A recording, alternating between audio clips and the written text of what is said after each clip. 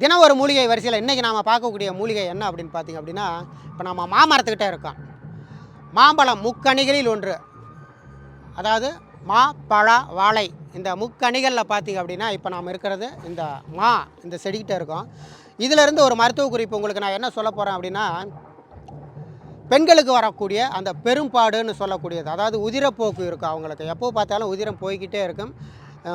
கட்டுப்பாட்டுக்குள்ளேயே இருக்கக்கூடாது இருக்காது. அப்படி இருக்கக்கூடிய பெண்களுக்கு பார்த்திங்கன்னா, சீக்கிரம் உடல் ரீதியாக ரொம்ப தளர்வாயிருவாங்க.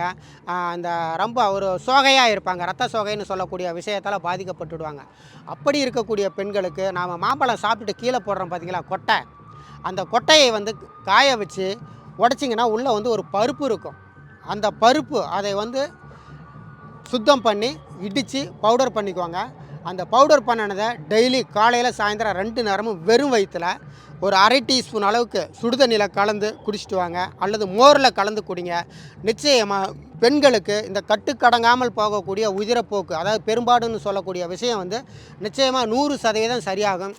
அது மாதிரியான விஷயத்தில் பாதிக்கப்பட்ட பெண்கள் முக்கியமாக பார்த்திங்கன்னா, அதிக காரங்கள் சாப்பிடக்கூடாது.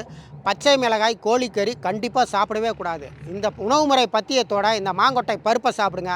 நிச்சயமாக பெரும்பாடு அப்படிங்கிற விஷயம் 10 பைசா செலவு இல்லாமல் நீங்கள் சரி பண்ணிக்கலாம். நன்றி, வணக்கம்.